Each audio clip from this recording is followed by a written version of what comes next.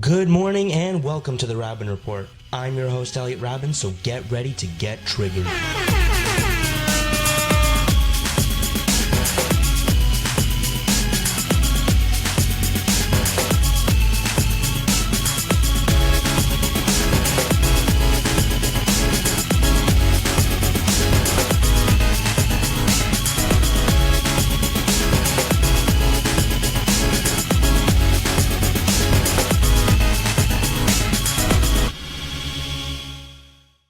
The Raben Report. What is with the mic today? That's weird. Okay. Anyway, do you hear that weird audio? Nope. No. No? Sounds good to me. Maybe it's just... I'm like headphones. tone deaf. I wouldn't know if it was weird or not. Okay. Oh well. I'm picking up a lot of like other sounds. Exactly. That's the problem. Here, let me just... Oh yeah. Like everything is just like enhanced. Like Yeah, I can I hear my own breathing. I can hear, yeah. Oh! Pick up... Okay. That's actually Daniel. Wow, this is a really bad start, but... Pick it up. Okay. Dad? Just kidding. He doesn't have my number. I'm just going to introduce the show. Keep him on the line. Just keep him there. How? Your call is very important to us. Just stay on the phone with him. Hello. So welcome to the... What is with I'm my here audio entertaining. today? It's fine, buddy. It's fine. Can you hear me fine? Or Yeah, You're fine. just fine. It's just a little off. Let's get the show. Is that better? on there. Oh, Yeah, he's that's here. better. Okay. I can hear you. So, Yes, now I can hear you. He's going to put hey. you on soon. Hey, so welcome to the Raben Don't worry. Report. Briar. As you heard So in what our are you intro, wearing? I'm the host, Elliot Raben, and with me I have part of my expert panel as usual in studio, Adam and Marshall. How are you guys? Good. I'm just tired. We also have I Dan. was wearing crotch panties, but I took the crotch out. Yeah. Yeah. Why'd I bring her on? So we also have Daniel on the phone. He couldn't come in the studio today. Let me just transfer the call. Oh. Yeah, I know. And here we are just talking about... Oh, okay, bye. Talk to you later. Save that number. Put it in my guest book. Daniel, you there? Hello. Yep, Okay, so there's Daniel. We can hear him on the line. How are you? I'm doing very well. Awesome. And today we also have a special guest, Briar, a comedian. No, just a funny-looking person. Okay. Not Yeah. not funny. So, we just brought her on because, felt bad. Yeah. But, no. I paid. She came on because Daniel's not in the studio, we had a vacancy, and we're going to be talking about something funny today. So, let's start the show with our 5-minute recap of the week. We'll start with the pro-lifers on campus, the pro-life protests. Mhm. And, what do you guys think of that? The people that I ran with on Elevate are very proactive in combating these pro-life protests. They are members and founders of the Ryerson Reproductive Justice Collective, and they come on campus and they try and combat these protesters because regardless of whether or not you what side you're on or what you believe, these people make people on campus feel unsafe. And I've heard stories of them confronting some members that have been out protesting with very harsh remarks, very rude remarks. I know that the people on the Ryerson Reproductive Justice Collective are absolutely 100% peaceful. I never thought I could have an opinion on abortion because I'm a man without a uterus. So I don't think that I can give an opinion, but I really hope that next year, hopefully with the purchase of Gould Street fully, we can have a safer campus for some people that feel as if though these people are infringing upon their safety. And I hope that things will change for the better. Yeah, I definitely am not a fan. I think the whole graphic imagery thing, the whole, I've never personally seen them harass anybody, but going on the assumption. Yeah, I've never that seen it either, but that- I've just heard stories. But let's assume that does happen. Then that's reprehensible. And with the purchase of Gould Street, if that does go through, I still would like to see these people be allowed on campus. I just would hope that certain terms and conditions would be put in place. such as the end to the graphic imagery, and like maybe, you know, if you harass anybody or do anything along those lines, you're gone.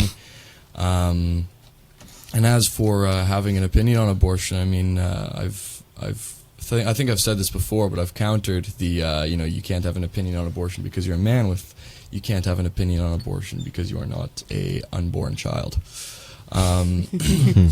So, yeah, I mean, I don't like what they're doing. I think it does the cause no good. I think it lends their argument no credence, and it's overall a negative thing. But I do absolutely 100% support their right to be on campus and to express their views how they see fit. Yeah, I think that's fine. I'll put in my 2 cents because I have a uterus, but I don't have a child. But I mean, maybe one day, if any of you guys are willing. I don't know. I mean, well, there's like this huge thing for them. Like sometimes I see them there, they don't bother me. But this one time they had this huge event. Or I don't know if you want to call it an event. They had a bigger gathering than normal. I was gonna say yeah. They had a bigger gathering than usual, and like police were there, and the police officer was trying to tell them to stop recording them, and they're like, die. And I just thought it was really ironic because they were pro-life and they told a police officer to die.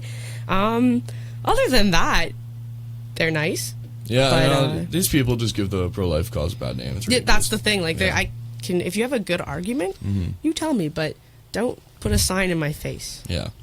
And Daniel, what are your thoughts? Sorry, there's like some interference.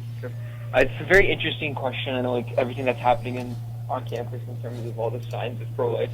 Because I've seen them at least like, maybe like twice a month every time, and they're holding these ridiculous signs of like these dead fetuses that like in comparison they put them beside the coin of a penny coin to show how small they are, and they just show such graphic imagery, and they show that to all these students, and when you look at a student's reactions to it, they're completely disgusted by it.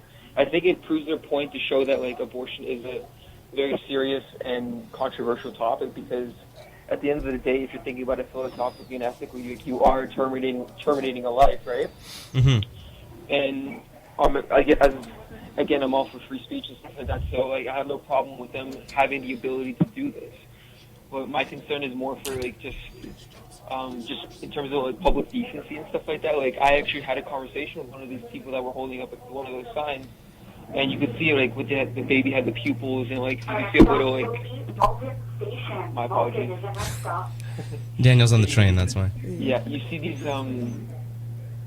just this graphic imagery, and tries to like, oh, why do you think you're doing this? And like it shows people, like, it gives our message, and I just think it's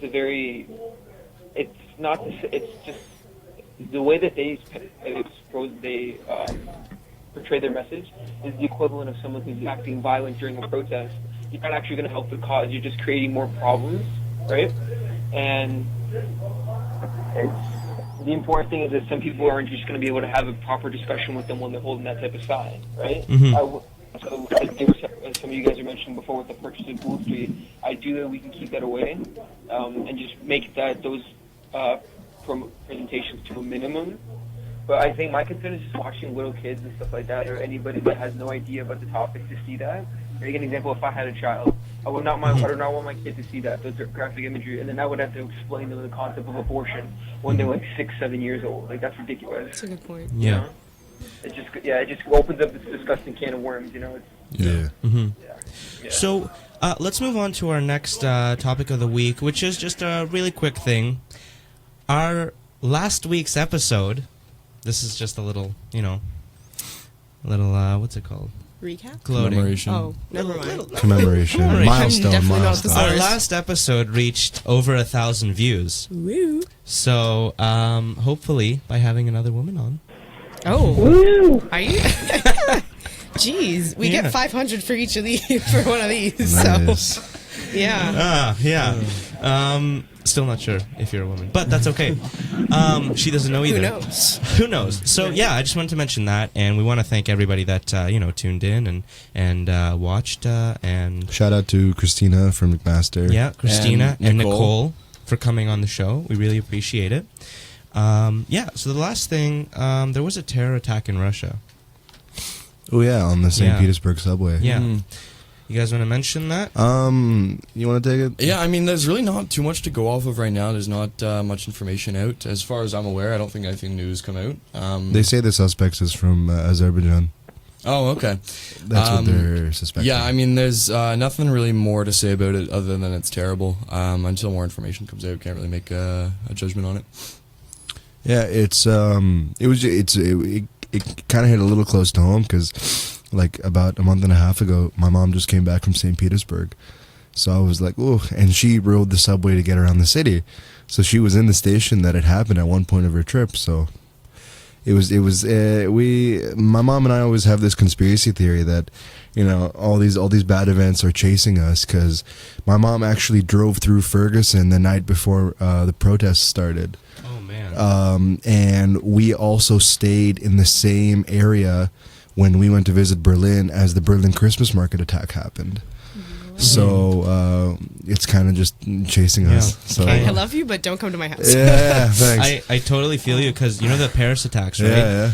I went to France, like, I think a few months before the Paris attacks, Yeah. and my hotel was on the same street as the restaurant that was attacked. Really? Yeah. My friend was actually, I knew a guy that saw the truck coming and had to jump out of the way. Wow. No. Yeah, so Oh, jeez. That's it's so amazing, scary. you know, the 6 degrees of separation in Yeah. terms of That's crazy. conflict and crisis. Yeah, it's, So yeah, it's a scary world, to be honest. Like, I'm trying to plan a vacation with my friends, and I have friends. 3 of my friends have Persian passports, and because of that, the States is just out of the question because we don't Yeah. know what's going to happen.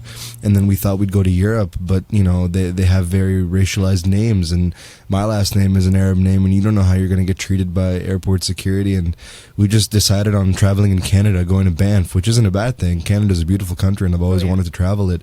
But it took, you know, getting to the point that we feel unsafe to travel outside of the country to want to travel Canada. Yeah. So it's a very scary place right now to travel. The like a lot of airplane routes are reporting all-time lows for travel. Travel companies are tanking because everybody's scared to leave their house, and it's just a bad time. Yeah. Daniel, do you have any quick words before we move on to our main topic? About the Russian attack? Yeah. I just think it's very sad to see that happening. Like, it shows, like, the photos of watching Putin, like, put down those flowers in front of the station is very heart.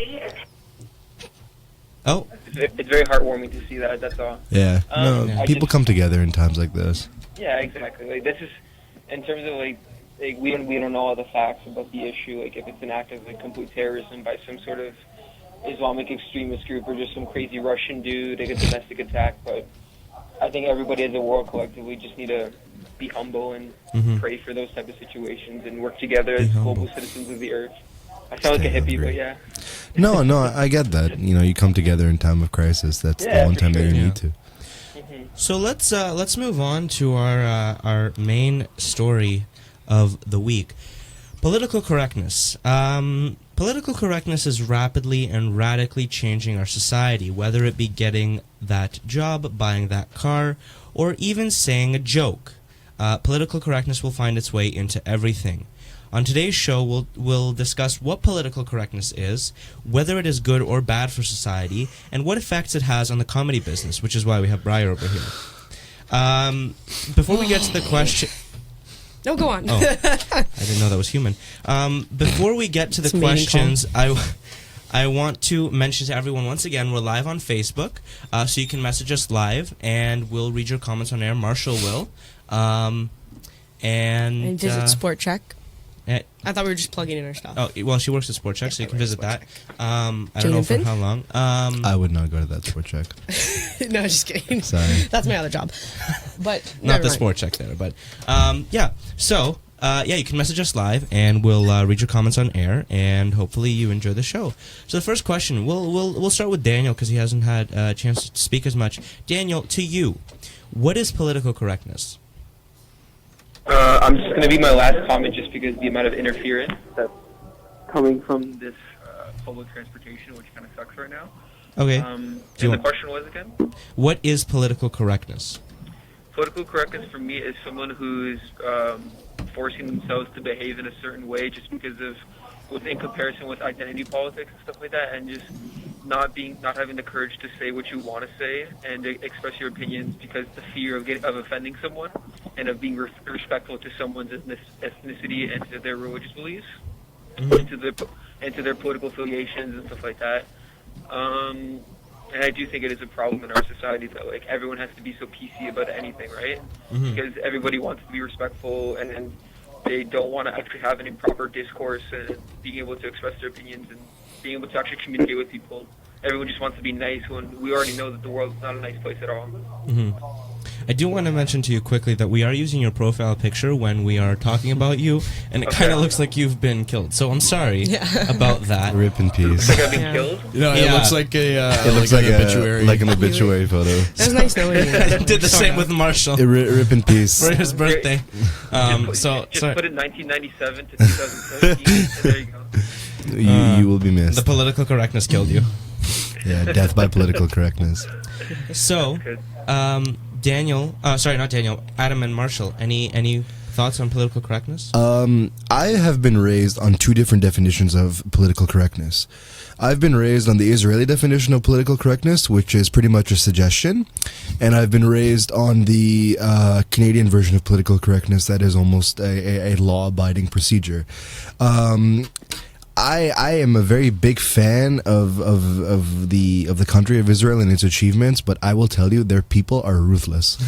When it comes to jokes, the envelope is pushed far with Israeli folks. Like they will cross lines and everything. Like they're fine doing there are no offensive lines. jokes? Oh, they're perfectly fine doing Only offensive into jokes. America, there's a line Oh they yeah, can't cross. yeah. No, like it's unbelievable. And then in Canada, you know, as a kid, because my parents, you know, my mom is very, how should I say, not politically correct, and you know, as a kid in elementary school, you know, being told you can't say that to so many different things, in my head I'm like, why Yeah. can't I say it? Like I can say it, I can produce the words. What's wrong with Like, my saying teacher's it? a fat bitch. What do you mean? Yeah, What's but like, yeah, stuff like that, and I would be so confused, and at some point I got it, like it would offend other people, and then, you know, I went with that for a while, and, you know, as you progress in life, you become, you know, you take critical thinking and you want to kill yourself, and then but you start to get enlightened and think about, you know, what does it mean to I offend? like that class, for the record. I hate that class. What does it mean to, you know, offend someone, and what is necessarily offensive, and what is too offensive, what is too much, what is too little, and then you get into this whole sort of discourse on politically PC culture and politically correct culture. So I don't know if that made any sense, because I don't even remember half of it, but that is what I have to say about politically correct culture. It's too much. Yeah. And I know that a lot of people get upset at me for that, but I'm not saying that, you know, I should go around saying the N-word or not respecting people's pronouns. I'm saying that there are some things other than big no's like that fall under the sort of section where it's like, okay, come on, like you can't be tiptoeing around everything. Yeah. So that's what I have to say about that. No, I agree for the most part. You know, I think everybody has the right to be offended. You don't have the right to have somebody do something about it. You know, if I say something you don't like, you're more than welcome to take offense to it. But you know, you don't have the right to tell me to stop saying it. Sorry, you do have the right to tell me to stop saying it. You don't have the right to make me stop saying it. And you know, I do try to be politically correct to a degree. I hate political correctness as a concept as far as what it's become.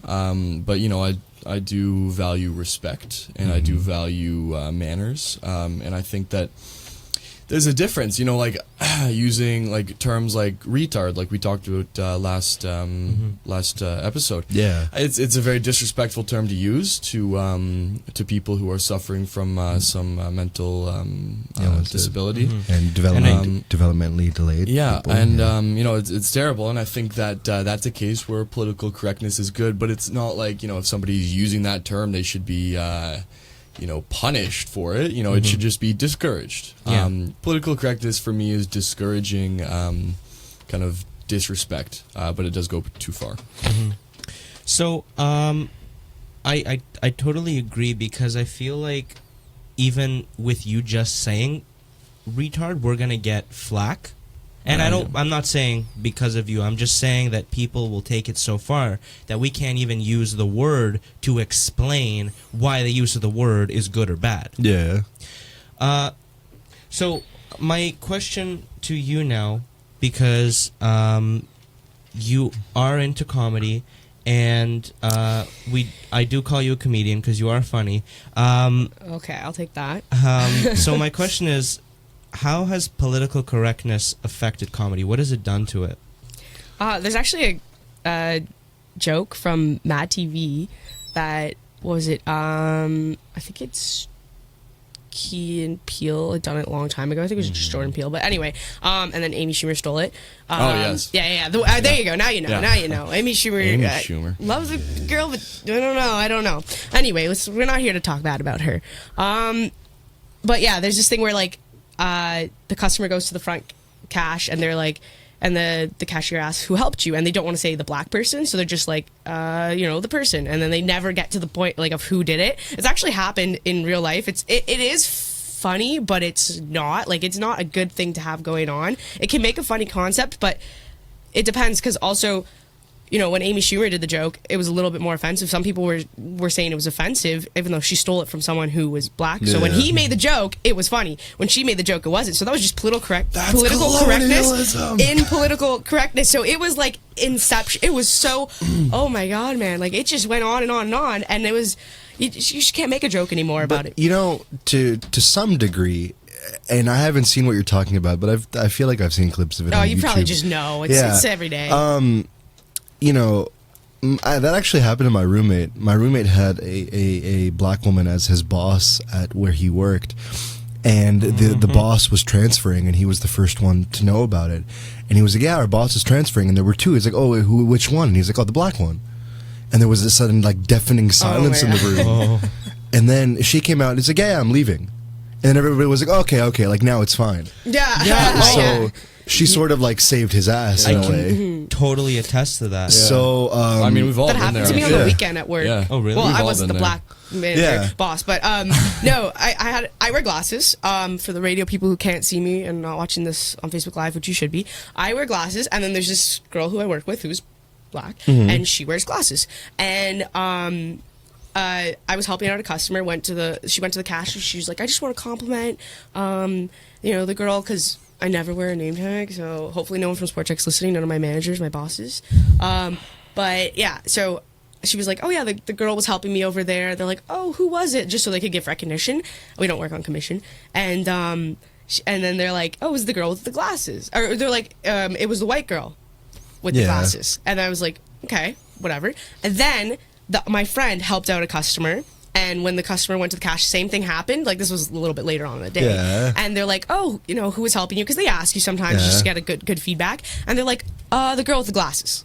They didn't say the black girl with the glasses because they didn't want to say that. Yeah. So, like, I got 2 compliments because they thought it was me. So I had a great day. But my friend didn't. So it was kind of like, I mean, it's to a certain extent. Like, But there is a case to be made for the Amy Schumer issue. Like, I don't know if you've watched Dave Chappelle's Comeback on Netflix. Not yet. I really encourage you all to really watch want it. to. Yeah, It's I will. hilarious. Dave Chappelle is the greatest. Amy Schumer is terrible. Amy Schumer's Hot take. For me, I love Dave Chappelle, and when Dave Chappelle went away, I was a very sad boy. The reason why I got into YouTube was because that was the only place I could find Dave Chappelle on, without without like using pay-per-view or whatever. I was or meeting him. or meeting him. And now that he's back, if you watch his special, you are like the room for getting offended is a very big one. And, he says the N-word a lot in his stand-up, and he's black. He has every right to say the word. When Michael Richards went off on his whole rant and called a black member in the audience the N-word, and his career got ruined, even though all he had going on was the glory of Seinfeld. Yeah. you know, I can totally see why it's okay for Dave Chappelle to say it and Michael Richards not to be okay to for say sure. it. I have That's a whole different ballgame, the N-word, though. I mean, like, that's the thing. Yeah. That's the one thing you can't touch. yeah, I should be able to, you know, like point out somebody's race when necessary, and even when not necessary. But then in that case, it's just not necessary. You know, and it shouldn't have to be a problem, and it has been a problem, and I think that's absolutely ridiculous. I'm glad to see people are kind of noticing that, though. I mean, I think you'll not often find people who have a problem with it, but it does happen. It totally makes sense. The only thing is, I would disagree. I don't think anybody should be, not anybody should be able to, but like the N-word, I just feel like, you know, you say like one person can say it, one person can't. I don't know if that's the right way to go about it. I think it's the absolute right way to go about it. Because, like, I don't think Jews should say yid or non-Jews should say yid. You know? I've never heard that term. Yid is a very old Offensive term back then. Like it's almost calling a Jew a Juden, like what the Germans would call Exactly. So I'm Jews saying, in the like, ghettos. that's what I'm saying. I feel like... No, but it's like... Well, I mean, feel I think it's not everybody should be able to say I feel like whatever everybody they want, should be but- able to say it and not, like, just, like, one person can say this because of this and one can't say this. No, but the thing is, like, there's everything else and there's the N-word. Like, we've said things like retarded on there, but I will never say the N-word. And see, Fair, here's you're one right. thing about that is I refuse to use the blank word. I mean, I am using it now because we're on the radio.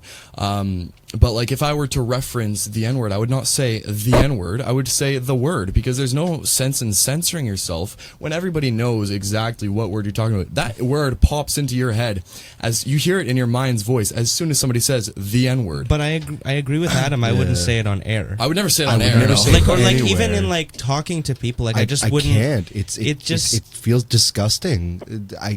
No. I mean, I feel like, so let's say, you know, I had a situation where a friend or a guy I know called a black friend of mine the N-word, and in telling that story, Oh yeah, I remember you. I would never say, you know, this guy called this guy the N-word. I would say this guy called this guy and I'm not going to say it because we're on air, but I would never censor myself like that because there's just no sense in it for me. I don't know. I can't bring myself to it. On that, you know, I think anybody should be able to say whatever word they want to. I think it's a matter of, you know, people will react to it as they want to. Yeah, exactly. I don't know about that. I feel like there's a certain privilege. Well, I mean, it comes down to what is not being able to say a certain word mean. Like if I say the N-word, I mean, people can react to it as they like, and it's totally understandable if people don't like me saying that, and I don't say it because I don't like it.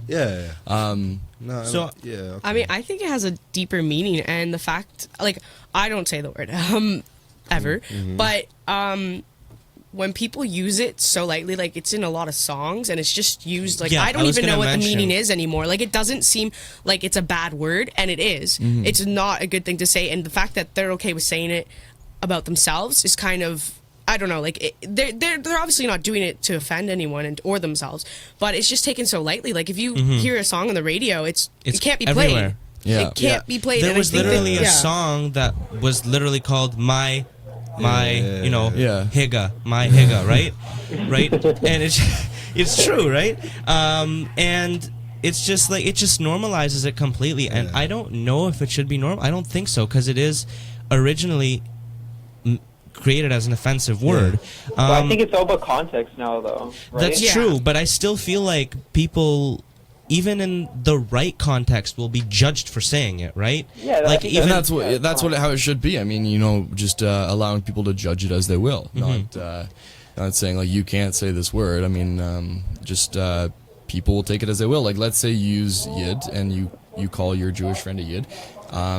You know, if they don't take offense to it, that's fine. If they do take offense to it, that's fine. You know, like the thing is about offense taking, I feel like if you're offended, you shouldn't make a deal out of it. You should tell that person, look, I don't care what you do in your personal life, but can you please not say that around me? Yeah, and- because that's what happens now. It's like, I'm offended, the world hates me, like you're a terrible person, go die in a hole. Hugo, we're getting like a lot of feedback right now. Oh, Like My if apologies. it's okay. If, Let us um, know if you want to say something. Just peep in whenever you want. if you like getting offended, there's nothing wrong with getting offended. It's how you go about it. Like Exactly. I'm not a religious person. Let's move away from the N-word because I'm getting nervous. Yeah. Sorry, I'm very paranoid. You know, like I'm not a very religious person, but my dad was my dad went to a Catholic school. My mom was raised in Israel, the Holy Land, whatever. So I'd like to think I know a lot about religion. But I was having a discussion with my friends in a group, and I talked about the Christian idea of getting into heaven, and I was very confident with my points. And then I had the friend called me that night and was like, "Hey, Adam, listen, like I don't think that you explained this properly, and I was kind of offended with how you simplified it and whatever." And we talked about it, and then the consensus was that I had no idea what I was talking about. So that, for me, is my benchmark. And if you get offended with me, come and talk to me. I'm a very easy person to talk to. I don't bite. If you stay in the dark and continue to get offended and bottle up your angst and displeasure, you will explode, and it can be something very small, and then that's not the right way to do it. I have no problem with confrontations of getting offended, even about this show, even about anything. Yeah, so I think that, like Marshall said, you have every right to get offended, and like how you said, how you handle it is the very crucial point in all this. And I did want to mention before, because you were talking about like how you take offense taking, and you mentioned, you know, is that person of that race or religion offended? Like Briar was doing a show. Your comedy show. Oh no! Don't even mention it. It was great. I liked it. Right. So then she did one joke. She told me about it before. Yeah, I let her know, I didn't right? want to offend she didn't anyone, want to so offend I me did there. have Was it him a there. Jewish joke? Yes. Wait, Okay. they're planted? No, what? So the joke she did, she's like, "Any Jews here?" I kid you not. The only person in the room to raise her hand was me. Nice. Okay, it looks so At awkward. a comedy show? Yeah. Right? That's I don't know. There we go. What's right? the deal with that? So I did. I'm just like, hey, and she goes, oh, hey, oh, sorry, my bad. You know. You see, right? like, I would laugh at that. I knew laughed about at that, that. actually. Yeah. But Yeah, what that's funny. why I want to mention that is because as she did that, Oh, my every goodness. single head in the room turned to me. And in their heads, they're going, "Is the Jew offended?" Yeah, like no, they literally that's were the like, thing. "Wait, And can then- we laugh?" Yeah, can we laugh? And then I'm just like, I'm like shooting, you know, with the camera. I'm filming her set, and like I'm dying. And they're like, "Okay, continue. You're okay. You got the They're green like, light. "Yes, yeah, go." Good, go." And that's the terrible thing about politically correct culture. You could be like I gotta get the Jews 2 cents. for the left, we I'm like more to into call it 1 the cent, narrative. And there are people from different races that don't conform with a certain narrative that we'd like to think they do. Yeah. Like if you're black and conservative, it's almost Like it's you're unheard of. redundant. Like Yeah. it doesn't make sense. But so, you know, if somebody makes a very offensive joke about black people and the black person in the room laughs, then it's okay. Yeah. But the next day, if they make the same joke and the black person in the room gets offended, then all of a sudden it's Everybody's an offensive offended. joke. Like, It takes one person. yeah, it takes one person, and us going to that group to be like, Yeah. and wait for the response is wrong on our part, because that's our way to absolve ourselves from guilt if we laugh. Yeah. Yeah. Like, I would laugh at the joke. My mother is Jewish. She learned the Holocaust from Holocaust survivors, and I would still laugh at that joke. Thank you. To go off Judaism, I want to go back to my Israeli definition of political correctness. So, in Hebrew, the word for Arabs are Aravim, and the word for grape is Anavim. And they're used very interchangeably when talking about the Arab-Israeli conflict. And they always talk about squashing grapes as you know, a metaphor for the force that Israel must use to its Arab enemy border states. And during the Gaza, I was in Israel the summer before the Gaza war, when the tension was building and everything was heating. The most recent Gaza war, and there's a talk show on their main channel, on their version of CNN called Channel 2. And this talk show, they used the word anavim the whole show as a metaphor. And you're sitting there and you're like, oh God, how do they, like, you're like, oh God. Every time they use it, they're like, yeah, we need to, peel the skin off the grapes. We need to. boy. No, Okay, that's no. like that just sounds And like it was sadistic. just so bad. And Yeah. I'm sitting there like, oh God. And my mom's laughing, but she's laughing out of nervousness. Yeah. And then it was talked about on the radio shows the next day, like, what the hell happened last night? And it was all that. So, like, the word anavim is used, like even between Arabs in Israel when they like to make fun of themselves. Yeah. And it's used. I don't know if anybody watches the Israeli version of Homeland, Fauda. I do not. I don't watch any version of Homeland, so I would. Sorry. Anyway, so it's used. It's used there, but there's an excessive use that happened that night, and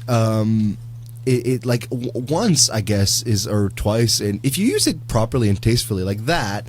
Like I would laugh at that, but if one of my friends every day would wave at me like that, I think I would get annoyed. no, yeah, no. I'm not gonna hog too much airtime, but I wanted to open with this, and I forgot because I'm half asleep. But I define political correctness as this: I got sent to the office in the 8th grade for bullying.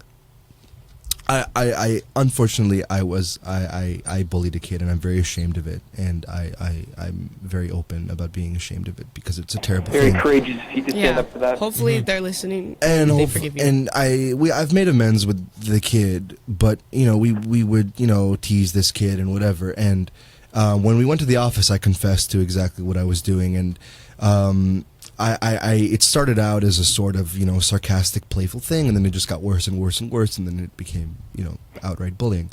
So my principal at the time, he was like, listen, you can make dirty jokes and bad jokes amongst your friends, and it's totally okay, but if you go on stage, and would you tell those same dirty jokes? And obviously I said no.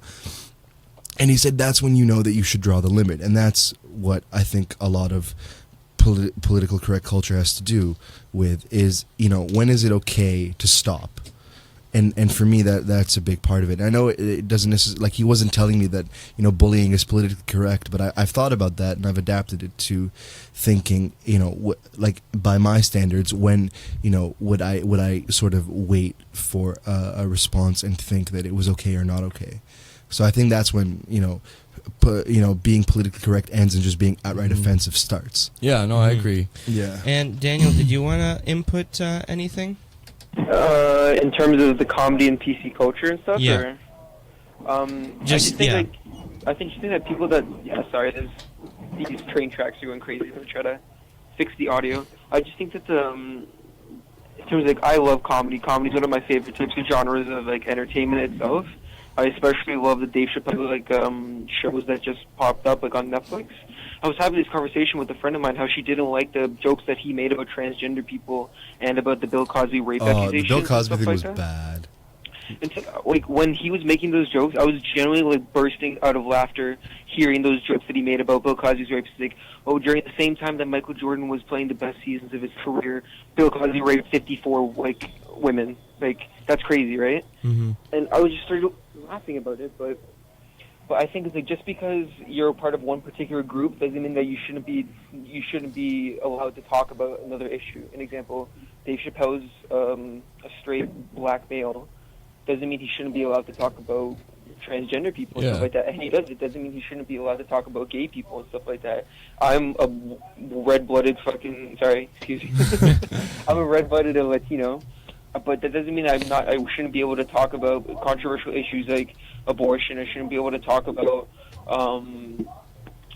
human civil rights for gay people and transgender people. I should be able to have a way to voice my opinion. And I think comedy and humor is the best way to actually portray that your opinion and to get people to be more aware about the subject. Because think about it before, 2 years ago, 2 or 3 years ago, nobody was talking about these Bill Cosby rape accusations. Mm-hmm. And then the other another famous comedian that I really enjoy is Ken Burris. He's the one that actually brought up these accusations to the limelight, right? So that everyone's talking about it.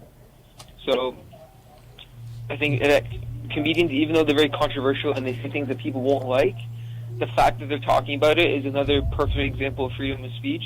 Another perfect example of raising awareness for key issues that people aren't necessarily talking about all the time. Yeah, for sure. And to talk about two issues that I've taken some serious personal interest in, Milo Yiannopoulos and Gavin McInnes are both two important cases. I was interviewed by Torontoist about my thoughts on the Gavin McInnes issue, and the Torontoist reporter Zach Reuter, who I'm not going to, I've caused enough trouble. I'm not going to talk about him.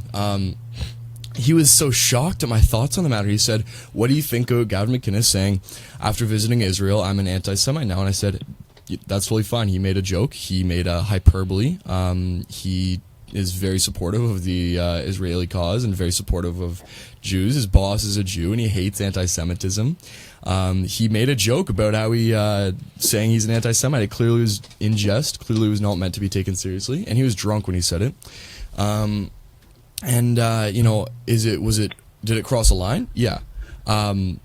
So what? Like, I mean, can people just need to realize that context matters, that words do not inherently mean anything without their context. Gavin McInnes had also said he retweeted a picture of some regressive leftist thing. I can't remember what it was, and he made the caption, "This makes me want to join ISIS." And people went crazy. I thought it was hilarious. What is wrong with people? Why is that such an issue? Obviously, he's not going to go and join ISIS. Now, Milo Yiannopoulos, I actually, this one made me even more angry. Milo Yiannopoulos, he was abused as a kid, sexually abused as a kid. He didn't feel that he was being abused at the time. He was around 13, 14, and he was having sexual relations with an older man, a priest. He, at the time, didn't feel he was being abused. He still does not feel that he had an issue with it at the time. He looks back and realizes that it was objectively wrong, but he himself did not have an issue with it at the time. He makes jokes about it. He makes jokes about being, like, you know, how the whole priest rape joke thing is a big thing. He makes those kinds of jokes all the time. And then he took a serious turn during this, and he said that he doesn't think the stigma around young adults being in sexual relationships with older people should be an issue. And frankly, as long as you're the age of consent, I completely agree. Why is somebody who is 16, which is the age of consent in both Canada and the UK, in a sexual relationship with somebody who's 40 an issue? Why is that a problem? There, it's totally fine under the law. The age of consent in Canada is 16. Why is what's the issue? I thought you could only be 2 years older. That's if you're younger than 16. If you're 14 or 15, that's the law. Okay. And so he lost his job. He lost his book deal. It was a whole huge deal. The left was absolutely the leftist media was absolutely vicious towards him. And I think it's terrible. I think it's absolutely reprehensible how he was treated. And I think it was absolutely reprehensible that I think 12 Breitbart writers threatened to leave Breitbart unless he resigned. This is a man who's clearly gone through some serious things and uses humor to deal with it. And I think that that's perfectly acceptable. I think that's encourageable to use humor to deal with things like that. And I really just hate the way he's been treated, and I hate what's happened to him. For me, I think the whole Milo Yiannopoulos controversy now was sort of how they got Al Capone. They got Al Capone on tax evasion because they couldn't prove that he did all these other things like break prohibition and be involved in gang violence. I feel like people have been waiting to take down Milo Yiannopoulos for a very, very long time, and some of it I agree with. I strongly disagree with his comments on the transgender population. I think they're absolutely terrible, and many other things that he said I have very many problems with. But the problem that I have with this is that Bill Maher took credit for taking him down. They said, you know, when you bring things out into the sunlight, they dry out or something like that. And 13 years ago on live television, Bill Maher said pretty much the exact same thing Milo Yiannopoulos did. So I think it was just the most hypocritical thing ever. And Bill Maher is sort of seen as like the grandpa of the left along with Bernie Sanders. And to see everybody being like, yeah, Bill Maher finally got Milo in the ass, good for you. And then, you know, everybody's like, they see this video of Bill Maher and they're like, nah, we're not going to get into that. And then that's what I have to say about that. And we've got a comment from our friend Rosa saying as long as there was proper consent from the 16-year-old, there shouldn't be an issue. And that's exactly what I'm saying. I mean, and that's how it is always, right? Like, as long as somebody is the age of consent. We're getting a lot of feedback. Hugo. Yeah, I was just going to tell you right now that I was going to, because I'm going on the subway, so I'll see you guys, okay? Okay, right. Thank you thank you very much, Hugo. Right, Daniel, for being on the show. Hugo, do your thing. See you, man. We'll see you next week. Nice. Ciao. Yeah, so as long as, and that's how it is, like, you can't legally give consent, and I understand this, until you are 16, until you are able to give informed consent. And as long as informed consent is there, it's A-okay, I'd say. And I don't think that there should be an issue with it. I don't think Milo should have been treated the way he was. So my last question that I want to ask, because we are running low on time, what does the future of political correctness look like? Brian, you want to start with this? Yeah. Oh, I mean, I can see it kind of, I don't know how to phrase it, like getting better, or I guess it's not really the way to What's say going to it. happen in the future with it? I don't know. There's just so much new stuff being introduced. Like you guys were saying earlier, there's so many topics that in comedy's a great way to get the stuff out there because people listen to that. Like all those talk shows, like Last Week Tonight with John Oliver. Like there's things that they say on there that if someone just brought up in a conversation casually, you'd be offended. But when they say it on there, they're like, "Oh, that's funny. I get it." And then the topic comes to light, and a lot of new stuff is being introduced, and there's just so much more coming out and stuff like that. Yeah. Like literally and figuratively with all like the gay stuff and transgender and everything like that. And they're just in like now there's the whole how to properly talk about someone, and like you don't say he, she, and stuff like that. And that's just gonna be a new issue. Pronouns are changing. Yeah, pronouns. That's the word. But yeah, that's the thing. Like, there's just so much new stuff being introduced, and to have like controversy. That's like the hardest word for me to ever say. Same. I have the same issue. Like seriously, honestly, Yeah. like I could say cinnamon just fine, but I can't say that. But anyway, yeah, like there's so much new stuff, and I think it's going to get harder, but it is going to be a little bit better too because people are understanding it more and realizing.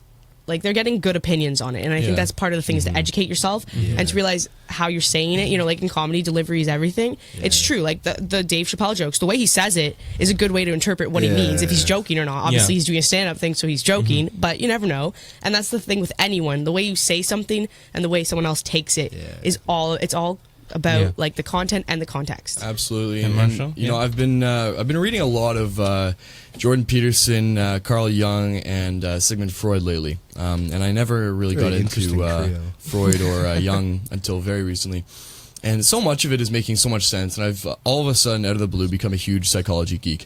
But one thing about it is, and this is what Peterson talks about a lot, is I'm fine with political correctness until it crosses into postmodernism, until you are denying objective truth, until you are changing definitions of things, you are changing what things mean to suit an agenda. That's when political correctness becomes a problem, and that's when you are, and Freud has this great theory about the discontented man who is able to convince himself of things that are not true. And then once you are able to convince yourself of one thing that is not true, you cross into postmodernism, and you're able to question all things that are true. Questioning things is good. Questioning objective truth is harmful. And that's what happens to the discontented man. He crosses into postmodernism quite often, and I think that's a dangerous field. That's a dangerous game. And political correctness is fine until it crosses up into the point of denying objective truth. I'll be really quick. Yeah. The problem with political correctness for me is that let's take the term political correctness. I don't think pronouns, the N-word, certain terms. It's not political. That's an identity issue. Whether or not you believe in pronouns and changing pronouns, it's a person's identity. You can't harm on a person's identity. The problem for me is that once. I feel like, especially the younger generation, the millennials, are waiting with their hands ready to choke someone whenever they see anything that looks like it might be racist.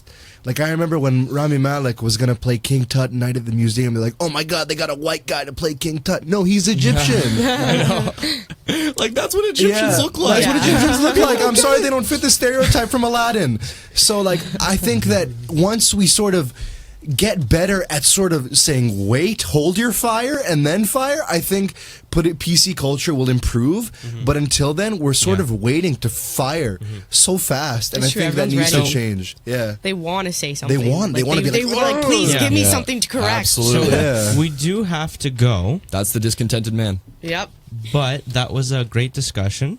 That was Woman. Passed by very fast. Man and yeah, woman. Yeah. that was our show for this week. Get ready with the music. Not yet though. Amen and women. That was our show for this week. Thank you to everyone that tuned in and that messaged us live. Thank you, Briar, for coming on the show today. Yeah, anytime. I'm never busy. Yeah, so the Raben Report will be coming to you again next week. Same day, same time, almost same people. Have a I great... may look different. Yeah, Bye. you may be different. Thanks so for have a having great me. day, everyone. Thanks, guys. Thank you. Thanks.